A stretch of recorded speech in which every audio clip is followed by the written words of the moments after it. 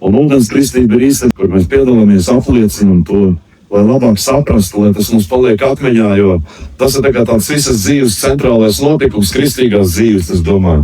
Centrālais notikums, ka mums atkal un atkal vēlreiz vajadzēs pielietot šo ūdens kristību praktiski savā dzīvē, lai kļūtu par Dieva vārdu darītājiem, ne tikai klausītājiem.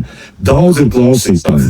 Kristiešu dzīves tāda attīstība un rezultāts ir redzams tajā, ka tu esi ne tikai klausītājs, bet vārdu darītājs, ka tu praktiski pielieto to vārdu. Ziniet, par Japāņu samurajiem ir tāda gudrība, ka viņi tika apmācīti skolās savās, un tad viņus palaida pasaulē vienus. Un viņiem vajadzēja to, ko viņi iemācījušies, tās cīņas mākslas, viņiem vajadzēja tur pasaulē izdzīvot, parādīt to. Un tad, kad viņi izgāja caur daudzām cīņām un atgriezās atpakaļ, viņi jau bija darītāji. Viņi vairs nebija tikai teorētiski un nevicināja rokas tikai pa gaisu. Viņi jau bija iemācījušies un viņiem bija vērtība.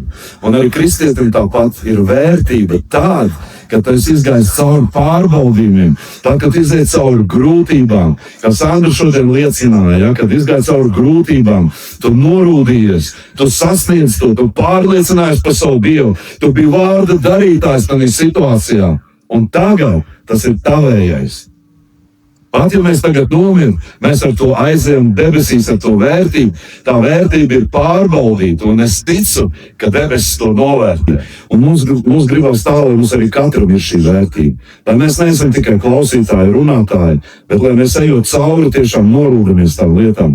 Ja mēs esam komandas cilvēki, ja mēs reiz esam uzticami, tad atvainojiet, mums vajadzēs domāt par to, lai mēs būtu uzticami, ielikt to savā sirdī un būt uzticamiem tādā situācijā. Nevis tikai ar vārdiem, jā, es saprotu, jābūt uzticamam. Bet tad, kad atnāk krīze, vai atnāk situācija, vai atnāk pārbaudījumi kaut kādi, ka tu esi reāli uzticams, tu esi komandā, tu turpini būt komandā. Pat tad, kad tev uzkāp uz varžacīm, pat tad, kad tev pārbaudi kaut kādi, pat tad, kad tev kaut kādas nesaskaņas ir komandā, tu turpini palikt, tu visu pārvari un turpini iet kopā ar Dievu. Tas, lūk, ir tas, kas pārbaudīs. Un Jēkab vēstulē teiks 21:25, es lasīšu, jums būs saulē, man teikt, grūti savu bībeles atvērt, jo neko nevar redzēt būtiski. Es tāpēc te paslēpos, lai labāk redz. Tāpēc nolikdam visu netīrību un lielo ļaunprātību. Pirmā lieta, kas jādara, jānoliek netīrību un ļaunprātību. Tas mums ir kritušiem cilvēkiem. Viņš ir raksturīgs dabām.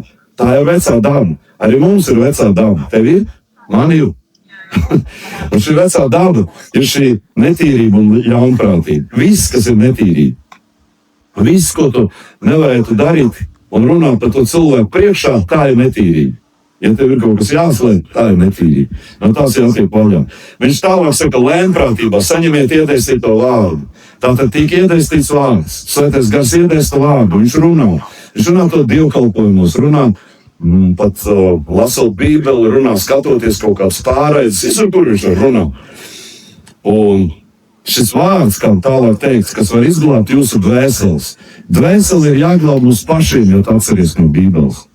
Garā mēs esam izglābti un sēdināti Jēzu Kristu pie Dieva labās rokas, bet dvēseli, tātad raksturs, attieksme, tas, ko mēs darām, kā mēs uzvedamies, kā mēs reaģējam, tas atvainoja tavā un manā rokā, kā saka, mūsu dzīve ir pašu rokās. Mēs esam paši savus laimes kalē. Un ļoti lielā mērā mums ir atkarīgi, mūsu dzīves rezultāti ir tieši lūk no šīs lietas. Kā mēs dzīvojam šeit virs zemes. Ticībā mums ir dotas visas lietas, ar to viss ir kārtībā. Dievs mūs svētī, dziedina, Dievs mūs svētī dažādos apstākļos. Bet mums ļoti daudz būs problēma, ja mēs turpināsim dzīvot miesā, savā vecajā dabā, ātrsirdībā, dusmās, skopumā. Es nezinu, 1000 lietu var nosaukt, ja vienkārši. Bet esiet vārdu darītāji, ne tikai klausītāji, paši sev maldināt. Un te viņš skaidri pasaka, ka saņem šo iedēstīto vārdu, bet ar to pietiek? Nē, viņš saka, tu kļūsiet vārdu darītāji. Tagad to, ko tu saņem, ko tev Svētais Gars atklāja. Kurš ir sapratis to, ka Svētais Gars tev var runāt vārdu, bet tu viņu var nepildīt, tu viņu var nedarīt. Un tad zinām, laikam jānonāk līdz zināmam briedumam, līdz kādai katastrofai iekšēji, ka tu esi tik salauzts savā sirdī un sabrūcis Dievu priekšā uz ceļiem un saka, Dievs, es pat cienīgs tevis neesmu. Ka tu konstatē, ka tu nemaz neesi vārda darītājs. Tu zini daudz, bet darīt tu nedari. Un tas vēl liekas, ka katram cilvēkam, katram kristietim ir jānonāk līdz tādam vienam punktam, ka tu pēkšņi sastopies pats ar sevi, ka tu ieraugi pats sevi. Ja kāds ir vārdi klausītājs un nedarītājs, tas līdzinās vīram, kas aplūko savu miesīgo sevi spogulī, un viņš sevi aplūko un aiziet, un tūlīt aizmirst, kāds viņš bija. Bet kas ieskatīsies pilnīgajā svabadības likumā, nebūdams aizmāršīgs klausītājs, bet vārdu darītājs, tas būs svētīgs savā darbībā. Ziniet, daudz kristiešu šodien ir, ļoti daudz Latvijā, ļoti daudz. Vai visi ir draudzami? Vai visi kalpo Dievam? Ļoti daudz dzīvo savas dzīves, miesīgās dzīves, turpin dzīvo. Bet reiz taču viņi sastapsies kopā vaigā ar Jēzu un dos atskaiti par savu dzīvi. Un atceries, tad ir salmu, kas sadegs, un tad ir tas zelts sudrabs. Tiešām tas darbs, ko Dievs ir darījis caur mums, un mēs esam atbildējuši, un mēs esam arī to darījuši, ko viņš mums ir vadījis, tas būs zelts sudrabs.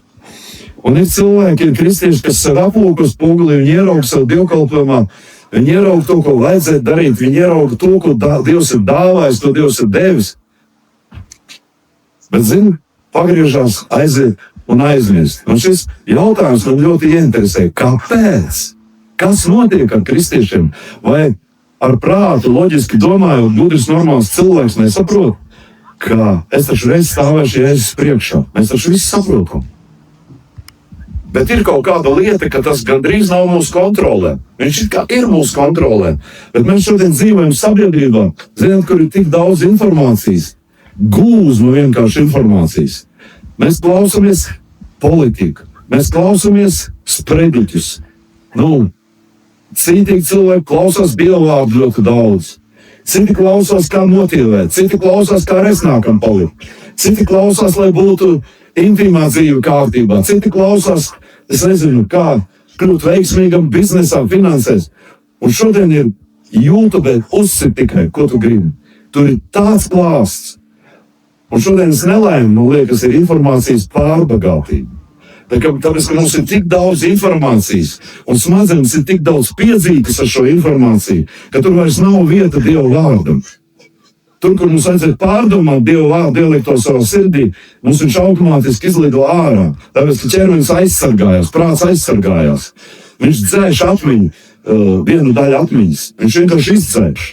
Un tāpēc ir, ka cilvēkam tu prasa, bija pagājušajā svētdienas dievkalpojumā? Jā. Par ko runāja? Bremz uzreiz ir. Kāpēc? Kāpēc neatceries tās lietas? Es gribu šodien parunāt par to, kas tev palīdzēs atcerēties, un kad tu sāks kļūt vārdu darītājs, ne tikai klausītājs.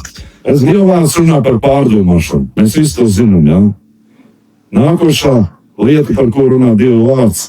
Viņš saka, ka ir nepieciešams Dievvvārdu pārdomāt. Jozua viņš teica, pārdomā Dievvvārdu dienām un naktī, lai tu būtu veiksmīgs. Tu gribi būt veiksmīgs, uzvarēt.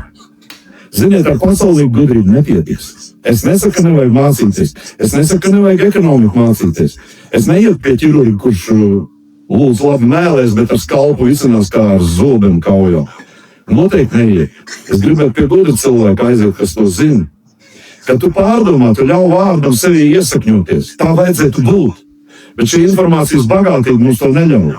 Naktī notiek restarts, vakarā notiek restarts, un tur izlido ārā viss, kas ir nav paspējis iesakņoties. Kerolēna Līfa māca par to, atcerieties par tiem sunīšiem, kad visu var pastaigāties sniegā sunīti.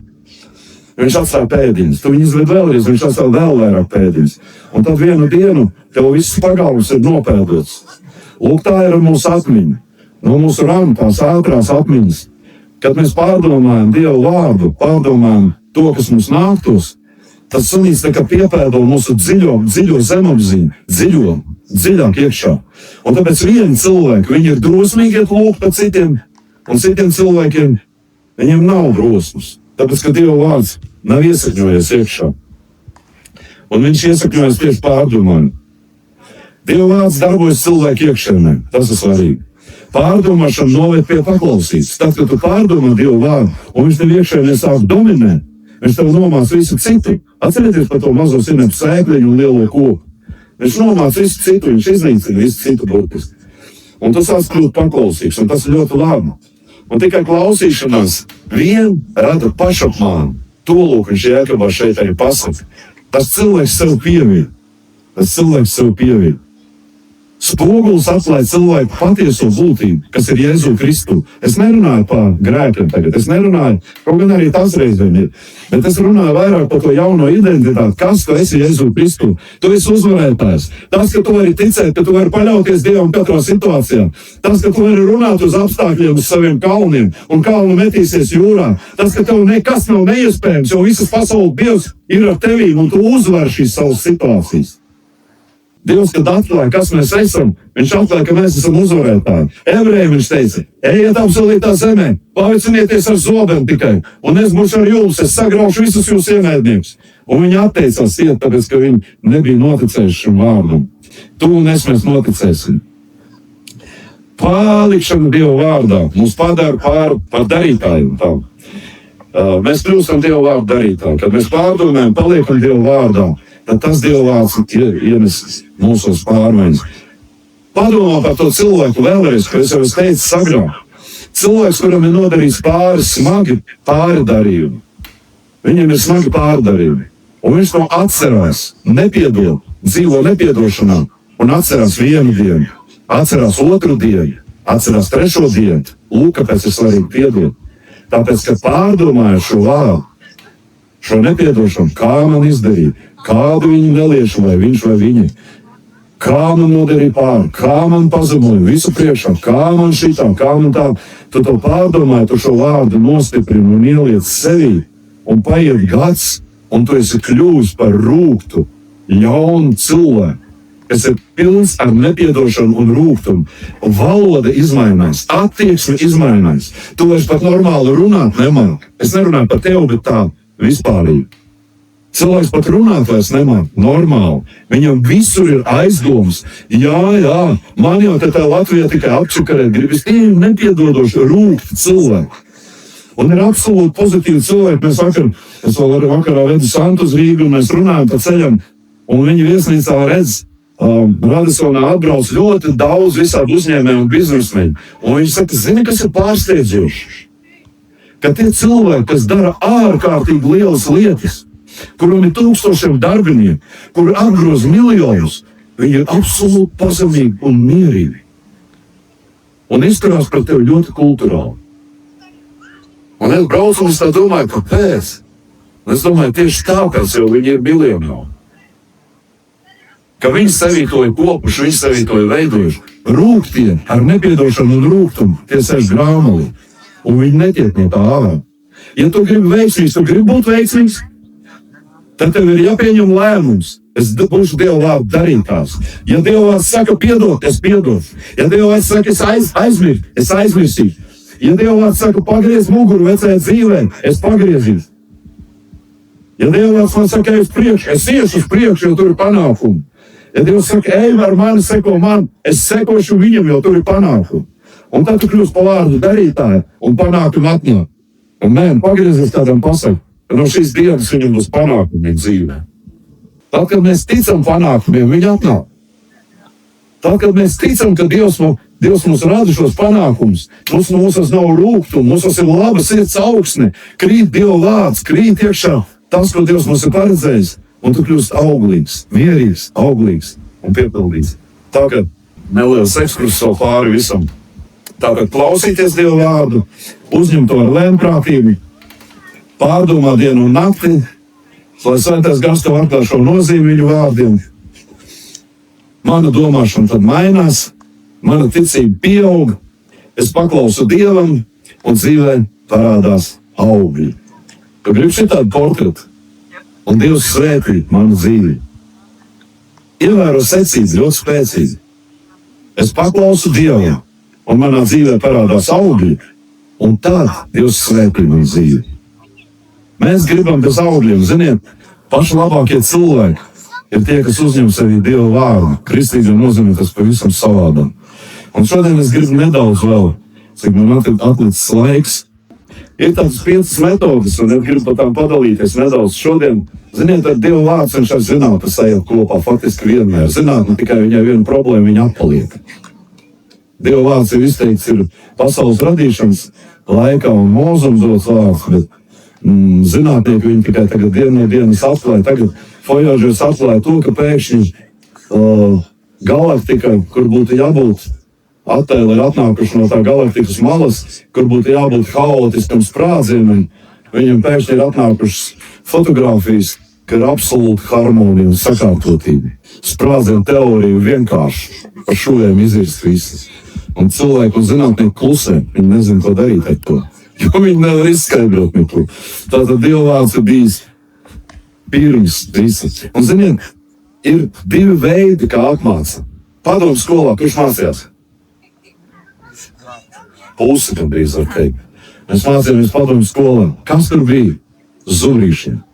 Ir jāiekļūt dzejoli, nesakreiz atkārto. Teorēmas nesakreiz atkārto. To atkārto un atkārto, tu viņus iekal. Un tāpat arī, kad pētīja, taisīja eksperimenti, vienai studentu grupai lika 4 reizes pārlasīt un iemācīties burtiski no galvas kaut kādas lietas. Un otrai studentu grupai ļāva izlasīt tikai 1 reizi. Bet viņiem bija pēc tam jāaiziet, darbojoties. Tad, kad viņiem tas viss sāk aizmirsties, viņiem ir jāatsauc ar spēku atmiņām. Jāatsauc atmiņā, ko tad viņš tur izlasīja. Un izrādījās pēc tam rezultāts bija, kad viņi to pielietoja, kad viņi periodiski atsauc atmiņā. Tas ir tāpat kā trenēt muskulatūru, kad tu trenējies sporta zālē, jo tu vairāk mēģini atcerēties, jo tev vairāk trenējās muskulatūra, jo tev vairāk smadzenes darbojas, un jo vairāk tas vārds, ko tu centies atcerēties, ko tu izlasīji Bībelē, jo vairāk tas nonāk tavā zemapziņā, tavā iekšējā cilvēkā. Un pēc tam bija, kad šīs abas 2 grupas salika kopā, tad izrādījās, ka otrā grupa, kur izlasīja tikai 1 reizi, atcerējās ar 50% vairāk nekā tā pirmā grupa, kas 4 reizes izlasīja. Tātad lieta nav iekalšanā, lieta ir pārdomāšana. Lieta ir tas, ka tu esi dzirdējis dievkalpojumu, ko tu ar viņu dari. Tu gribi būt vārdu darītājs. Tad es tev šodien atklāju, ko tev darīt ar viņu. Tad, kad tu domā, brauc, ej, kaut ko dari, mums bieži vien ir cilvēki nevar dzīvot šodien klusumā, neskapēc. Viņam vajag mūziku, viņam vajag to, viņam vajag kasetu. Viss, kas vajadzētu, mums vajadzētu vairāk klusumu un vairāk atcerēties Dievu vārdu, ko mēs esam dzirdējuši, izlasījuši, lai to pārdomātu, lai to ieliktu sevī, mēģinātu atsaukt atmiņā. Un tad, kad tu nevari atsaukt, atver rakstus, paskaties, šeit tā bija, jā, noprecizēm. Un tad ir tādi periodi, kā to dara. Tātad ir kaut kāda perioda, kas saucas, viņu varētu saukt tā par intervālus. Šīs ir citu zinātnes lieta, un to lieto Hārvardas universitātē. Jo moderni visās iestādēs, kur šito saprot, viņi jau to ir sākuši lietot, tas darbojās tiešām. Ir intervālā atkārtošana. Tad, kad tu esi šo informāciju saņēmis, tātad praktiski vienā dienā iemācies, nākamajā dienā atkārto. To, ko tu esi lasījis Dieva vārdā vai svētdien dzirdējis, atkārto nākamajā dienā savā prātā, izlaid to cauri. Nelaid to cauri. Kāpēc uz mācītājs uz mani tā paskatījās? Kāpēc viņš pateica to frāzi visu cilvēku priekšā? Kāpēc viņš tā izturējās pret mani? Kāpēc viņš man garām pagāja vispār nepateica, lai Dievu sveiki? Neapvainojies tāpēc, bet pārdomā Dieva vārdu. Pēc 3 dienām atkal pārdomā. Pēc tam pēc nedēļas atkal pārdomā, atceriet pacel atmiņā. Un pēc mēneša atkal pārdomā. Tas ir sistemātiskums. Intervālā domāšana, intervālā tāda, šis arī ir zinātniski pamatots. Kad mēs atkal un atkal, bet nevis skrienam mācīties uzreiz. Atceriet, bet mēs prātu sasprintinam, mēs mēģinam atsaukt atmiņā to, ko es esmu dzirdējis. Tas vēl strādā vislabāk. Ja tu tikai pārlasīsi, tas nestrādā tik labi. Mēs jau izlasījām. Tas ir pa 50% mazāk būs. Bet tad es gribu, lai vairāk. Tad ir informācijas grupēšana, saliekot blokā. Tas ir kā dievkalpojumā, mēs to darām. Ir bloks, ir vesela kauze ar raksturvietām, nākamais bloks un atkal raksturvietas. Tas ir tieši tāda grupēšana. Grupējot, cilvēks atceras vislabāk. Un tad, kad es sastāvu dievkalpojumus, es darbojos tieši pēc šī principa. Lieto šo principu, lai arī Atcerieties. Nu, piemēram, 20 jautājumus. Mēs izskatām dievkalpojumā ātrus 20 jautājumus. Sadalām viņus 5 tēmās, 5 grupiņās. Un tātad katrā tai tēmai, katrā tai vienā grupiņā būs 4 jautājumi. Un tādā veidā kaut kā cilvēks labāk to uztver. Un tieši tādā ārsti, šahisti, programmētāji, skolotāji. Zināt to? Līdzi zin noteikti, jā. Ir sagrupēta domāšana, sistematizēta domāšana. Jā, tā nes panākums. Programmētājiem tas ir īpaši svarīgi, tāpēc, ka viņiem arī tas tā.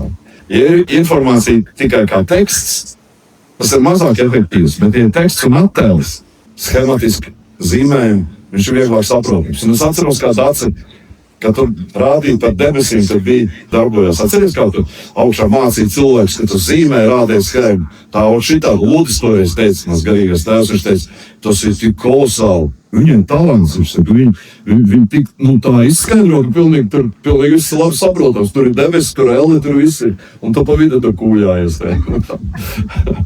Tas darbojās tā, jā. Tātad teksts un attēls. Smadzenes to atceras daudz labāk. Teksts un attēls. Tad, kad tu pats skaties filmas kaut kādas, tāpēc ir labi skatīties filmas pa Mūzu, pa Jēzu, jo skatoties filmu, tev ir vizualizācija. Pa ticību kaut kādu ticību cilvēku filmas, kas skatās. Un viena svarīga lieta, tas ir miegs. Ja nav miega, tad iesākās haoss, jo tu nevari atcerēties. Tev tur viss jūk un brūk, jo tikai miegā prāts atbrīvojās no liekā. Un paliek tas, kur tev tas sunītis ir sapēdojis. Jo tu vairāk pārdomā, jo vairāk paliks, jo dziļāk viņš aiziet.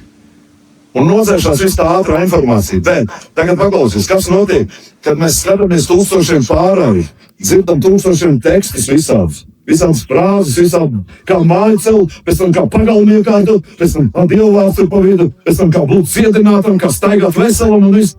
Un tev tur tāds hauss, un ne pie kā īsti neesi pieķēries, bet visu zini. Un tas ir šodien apmāns. Un naktī tu guli, un tev alpanā, un ir restarts, un viss tas pazūd vienkārši. Viss tas, ko tu dienā esi, diena ir pa velti. Bet ja tu dienu veltīsi, vismaz kaut kādu 1/5 daļu, strādādams, skrūvēdams kaut ko, domās par Dievu vārdu. To ļoti viegli darīt, starp citu. Es kādreiz mežā, kad zāģēju kokus, un es domāju par Dievu vārdu. To darba daļu, to dari mašināli, vai ne? Atzarot. Un pārdomā Dievu vārdu tādā brīdī. Un starp citu šī pārdomāšana, reizes es tagad atsaukšu atmiņā, ka man bija no meža tieši pārnācis, es biju klausies Dereka Prince kasetes.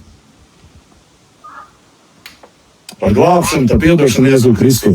Un tagad es, kad klausos vienu kasetu, uzliku fonā, tā iet. Un es klausos un to Dievu vārdu dzirdu, viņš saka tā, tie, kas vecajā derībā piepildīja visu bauslību, viņiem bija svētības. 28. nodaļā ir aprakstīts. Viņš tā pateica, tā dzīve svētība no augšas līdz apakšai. Dievs pilnīgi svētī to cilvēku. Nav nekā ļauna. Un es tā sēžu uz upu un domāju, brīnišķīgi gan. Domāju, tas taču ir tik forši. Tas nav slimība. Tas tev ir finanses. Viss tās roku darbs ir veiksmīgs. Nebūs tev sakāvas, ciešanas, tavu ģimeni ir svētīt, bērni svētīt. Un pēkšņi pieslēdzās svētais gars, viņš saka, Jēzus ir piepildījis bauslību, un tas šodien ir tavā dzīvē. Es vienkārši eksplodēju iekšēji. Es pieliku kājās, es paigāju pa to istabu, un tā bija atklāsme ar spēku man tādā brīdī. Un es sapratu, ka man tas ir šodien. Jēzus piepildīja tā bauslību, un tāpēc es šodien mācu to draudzē, ka tas ir manējais. Es to saņēmu pārdomājot. Tu gribi būt sludinātājs, gribi būt tas, kas remontē un ceļ citu dzīves, kas palīdz cilvēkiem ieraudzīt gaismu, ieraudzīt ceļu. Pārdomā Dievu vārdu. Tas sāks mājot tevī, un tu būsi gaisma pasaulē. Piepildīsies tas, ko Jēzus saka, jūs esat gaisma pasaulē. Tu nevari būt gaisma pasaulē, ja tu klausies nepareizas lietas un ielēj savā sirdī nepareizas lietas. Pieļauj kļūdas, piedzīvo sakrāvā. Tev vajag audzēt sevī pareizās lietas, tad tu esi gaisma pasaulē. Un tādā veidā pārdomājam. Un tad ir sensorā attieskatīšana. Zini tādu? Tev ir dievkalpojumā nācis sniegs. Kad tu sēdi un tev pasaules zūd zem kājām. Ir vajadzīgs augsts ūdens, kas meitiņu skaistu darīja krāna ūdentiņš. Aiziet galvu pabarz zem augstu ūdens, notiek sensorā attiestatīšana. Tev momentā nozēšās viss tas nos no tavu prātu un tev sakoncentrētība atkal dziļāk elpošana un pat neliela pastaigta, kad tu pakustini kājas, tas atkal atsveidzina un mobilizē tev atkal no jaunu darboties. Tad, kad nāk šis miedziņš virsū, tad dari tā. Un varbūt cilvēks ir dažādi viedokļi, bet tas tiešām ir izpētīts, un tiešām šeit zinātne sajūt kopā ar Dievu vārdu. Ja viņš saka, esiet labi, ne tikai klausītāji, bet darītāji, tad viņš saka, pārdomājiet to. Dienām un naktīm viņš Jozua saka, tu pārdomā Dievu vārdu, lai tu būtu veiksmīgs, ieiet un apsolītajā zemē, bija Dieva apsolījums Jozua. Liekas, vairāk neko nevajag. Tas ir apsolījums, mēs ieiesim. Paklau, mums arī ir apsolījums, bet mēs esam lietās, kurās mēs esam šodien. Tava mājas grupa nekad neizaugs. Ja tu savā sirdī nepārdomās, ka viņi aug. Ka Dievs visu audzē. Ka Dievs visu paplašina. Viņš saka, es sūtīšu pie tevis tautas. Viņš saka, izpliet savu skatījumu, izpliet savu telti, savus tautas mietiņus. Es tev padarīšu par tautu veselu, viņš ebrejiem to saka Izraēlē. Viņš arī šodien mums saka, dārgie mājas grupu vadītāji, mums ir domāšana jāmaina. Mums jāsāk sapņot, redzēt, ka tu ej gulēt, aizver acis un tu domā par to, ka tev jau 30 cilvēku mājas grupā un tev ir jādala jau 3 daļās. Viss, ko tu domās, ko tu ieliksi savā sirdī, tas atnāks. Ja mēs domāsim par draugu, par skaistu ēku, ko mēs uzcelsim, un es tev saku, mēs uzcelsim, mums būs ļoti labas lietas mūsu dzīvē. Un mums pilna draudz ar cilvēkiem. Nepavēlti vienreiz, kad mēs bijām vēl Ezera ielā, es dievkalpojumu laikā, vienreiz es lūkšanas laikā pēkšņi es redzu, kā tauta pilna pilsēta ar cilvēkiem, un viņi visi nāk no kalna lejā. Uz kurien, man tāds jautājums ir, uz kurien viņi iet, un atbild atskan, viņi iet uz dievkalpojumu. Saprot, Dievs cenšas iedarbināt to, iedarbināt. Tas būs, tas notiks ar tevi. Un tikai cilvēki, un pieķerās tam, viņi to iedarbina un domā par to, viņiem tas atraisās. Kādreiz viens brālis teica, viņam būs autobuss Latvijā, kas skaņošanas būs iekārtas, brauks pa visu Latviju. Tev tas būs, ja tu to pārdomās, ja tu domās, cik tu esi svētīts, un Dievs tev to ieliek sirdī. Tas viss notiks un atraisīsies. Tāpēc Dievs bieži vien cilvēkiem runā, lai viņi pieķertos pie tā vārda un sāktu domāt. Un nekad nekas nenotiek savādāk. Dārgie draugi, nekad nekas nenotiek savādāk. Ja tu nevēlies pārdomāt, ja tu nevēlies paplašināt savu skatījumu, tad labāk noej no trases un dod vietu citiem. Ja tu esi sakauts, nekas nebūs. Tātad atbrīvojies no visa liekā, sakoncentrējies uz kaut ko galveno.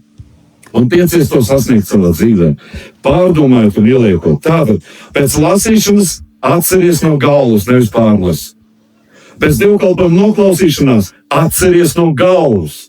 Pat kā tu lidos lidmašīnā, atceries no galvas. Visi tur guļvaļējām mutēm, tu sēdi un atceries. Atceries, ko Dievs teica dievkalpojumā. Ieliec to vārdu savā sirdī. Atkārto materiālu ar intervāliem. Kāds cilvēks, viņam bērnam bija neveiksmīgi skolā, viņš nevarēja iemācīties. Viņš bija ļoti atpalikt no visiem. Skolotāji kreņķējās, viņš kreņķējās, vecāki kreņķējās, bērns bija pēc stresām. Un tad tēvam atnāca gudrība. Viņš katru dienu deva tam bērnam pa 15 minūtes kaut kādu materiālu, sāka mācīt. 15 minūtes. Ir 24 stundas diennaktī, 15 minūtes ir 1/4 daļa no stundas, 24 reiz 4 ir 96. Tas nozīmē, diennaktī tā ir 1/96 daļa no diennakts, 15 minūtes. Un pagāja gads, un bērns rēķināja tādus uzdevumus, kādus rēķina augstskola. Pamatskolas skolnieks. Pamatskolas skolnieks rēķināja uzdevumus, ko rēķina augstskolās. Tu paklau, kāds ir potenciāls, kāds tas viss vispār ir iespējams. 15 minūtes diennaktī, atceries lūdzu. Kā minimumu, viņam lēmumu es pārdomāšu Dievu vārdu. Nelielas porcijas tātad. Grupē informāciju loģiskos blokos. Kāpēc man ir glābšana? Tāpēc, ka Jēzus bija pie krusta. Tāpēc, ka viņš piepildīja bauslību. Un šī bauslība piepildīta manā dzīvē. Tāpēc, ka tagad ir doti apsolījumi, kas piederēja Jēzum. Saliec to vienā blokā un pārdomā to. Un tev nekas nebūs neiespējams. Dziedināšana atnāks ātriem soļiem. Tāpēc, ka tev šis bloks veidos to iekšējo tev. Ziniet, nav mums jātērē pie doktoriem zāles. Tāpēc, ka ārsti var palīdzēt, bet visai ierobežot. Tev ir Jēzus, tev ir Dievs. Pārdomā to, ko tev dara Dievs, ko viņš runā.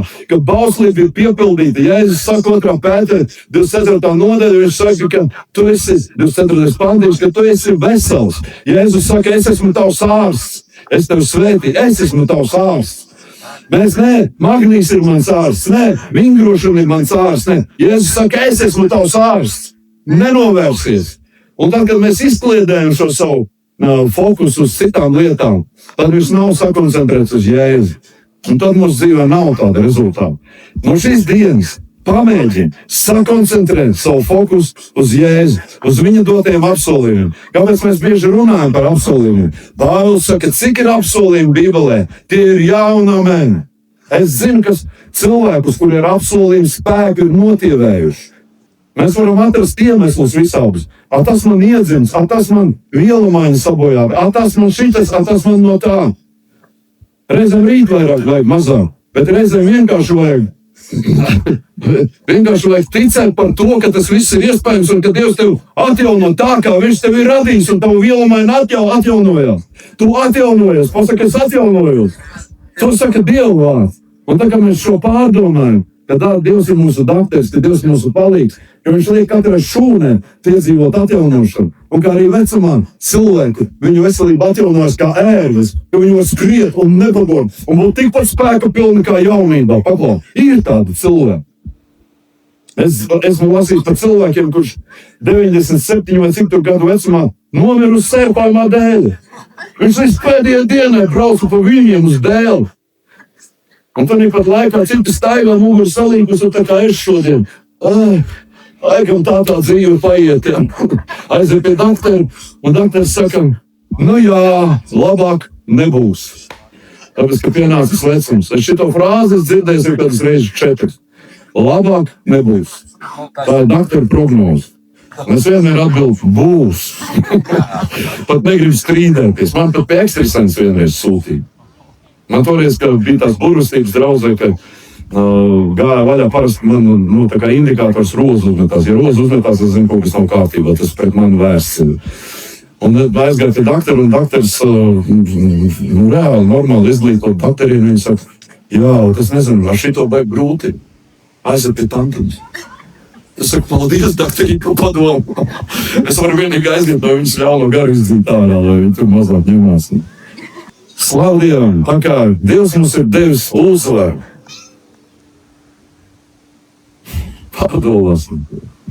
Pārdomāsim reāli to uzvaru, ko Dievs ir devis. Jo tas tiešām ir bieži, ka cilvēki viņi sēž klausās visi vienādi dievkalpojumā. Bet vieni cilvēki ir tas, ka viņi kaut kā uzņem to vārdu, viņi cīnās un viņi saņem lietas un viņiem tas notiek. Un citi cilvēki tur satiecina pēc 5 gadu atkal, un ir klausies to pašu vārdu, un joprojām šīkst. Liekas, joprojām atkal tā kā viss no jauna. Un tu viņam atkal no jauna stāsti to vēsti, ko tu esi stāstījis jau 5 gadu atpakaļ. Un tu saproti, ka viņš nav neko uzņēmis no tā. Un šodien es tev gribu teikt, tas ir kā pārbaudījums mūsu dzīvē. Un tā dzīve parāda, kas tad mēs īsti esam. Ja mēs uzņemam Dievu vārdu, pieķeramies tam Dievu vārdam, pārdomājam dienām un naktīm nevis savas diagnozes, ko ārsti saka, nevis tās prognozes, ko viņi saka, bet mēs dienu un nakti pārdomājam Dievu vārdu. Tas izmainīs visu mūsu dzīvi. Debes Tēvs, un es tev lūdzu, lai šodien tiešām šis iesakņojās paliek katrā sirdī, lai šis vārds pārdomās, lai tas dod augļus, panākums, spēku, debes Tēvs. Es tev lūdzu par katru cilvēku mūsu draudzē, ka viņi kļūst spēcīgi, panākumiem bagāti, uzvar savās situācijās, staigā pār čūskām un skarpiem, pār katru ienaidnieku spēku, uzvar katru situāciju savā dzīvē.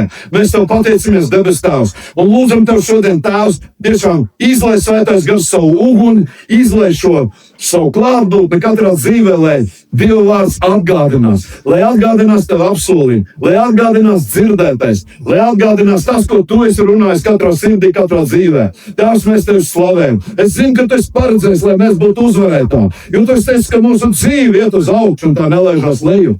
Tu esi teicis, ka mēs esam uzvarētāji. Tas, kurš tic Jēzum Kristum kā savam glābējam, tas ir uzvarētājs pār visām situācijām, jo Jēzus ir uzvarētājs. Halleluja! Un es tev lūdzu, Tēvs, lai katrs cilvēks šajā draudzē dzīvo kā uzvarētājs, ir uzvarētājs katrā savā situācijā.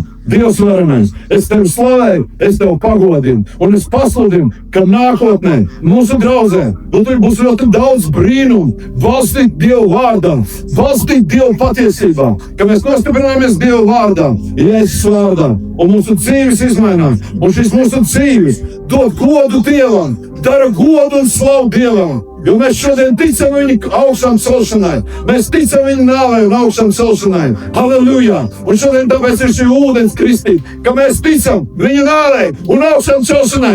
Ticam, ka mēs esam miruši kopā ar viņu un esam augšām celti kopā ar viņu, lai uzvarētu tās situācijas, kas ir mūsu dzīvē. Lai mūsu dzīve nākotnē būtu veiksmīga, lai tā būtu piepildīta un svētīta ar Dievu vārdu. Jo Dievs ir uzvarējis un arī mēs esam uzvarējuši. Ka mēs šodien apliecināsim to ūdens kristībā, tad atceries savu ūdens kristību, ko tu reiz apliecināji, savu ticību, ko tu reiz apliecināji, ka tu pagrandējies, un tu būtiski demonstrē, ka tu esi nomies kopā ar Jēzu, lai augšām celtos kopā ar viņu, un tu esi cēlies uzvarā, un tu steigā kā šīs zemes uzvarētājs, un tu esi uzvarējis katru situāciju, un nekas tev nav neiespējams, jo visas pasaules varenais Dievs ir ar tevi, bet tavs grēcinieks, tavs vecais cilvēks, tas ir nomiris, tas ir paglabāts tajā jūrā, tas ir paglabāts kopā ar Jēzu Kristu. Un tas augšām celtais Kristus, kas sēž šodien debesīs, tu esi viņā, un arī tu esi uzvarētājs. Jēzus vārdā.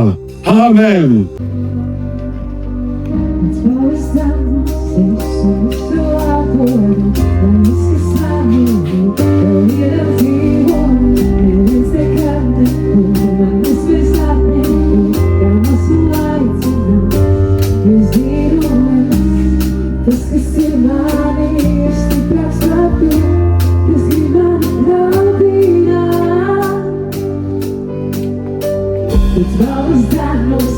Visu atdodu, lai viss, kas man ir, tev iedzīvo. Neviens nekad nekur man nespēs atņemt to, kā esmu aicināts. Jo zinu es, tas, kas ir mani, ir stiprāks par to, kas grib mani tautīnāt. Jo ticu kalnus, kas es varu, ticu viss ir iespējams.